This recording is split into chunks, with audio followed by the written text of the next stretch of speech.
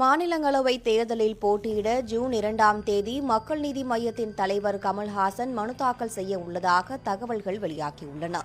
மாநிலங்களவையில் திமுகவுக்கு மொத்தம் 4 இடங்கள் கிடைக்கும் என்றும் அதில் ஒன்றில் கமல்ஹாசன் களமிறங்குவார் எனவும் தெரிவிக்கப்பட்டிருக்கிறது.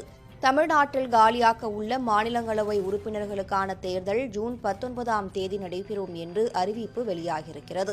இதில் திமுக ஆதரவுடன் கமல் எம்பியாக தேர்வாவார் என்று சொல்லப்படுகிறது.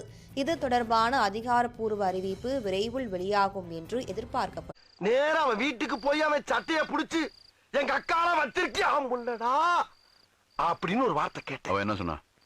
அவன் சிம்பிளா ஒரு பதில் சொன்னான். என்ன? உங்க அக்காவை நான் வச்சுக்கிறேன், என் பேக்கரிய வேணா நீ வச்சுக்க. அதுக்கு நீ என்ன சொன்ன? பட் அந்த டீலிங் எனக்கு ரொம்ப பிடிச்சிருந்துச்சு, ஒத்துக்கிட்டேன். என்னாச்சு? இல்ல நீயே இவ்வளவு கேவலமா இருக்கேன்னு சொல்ல வர்ற? ஒத்துக்கிறேன்.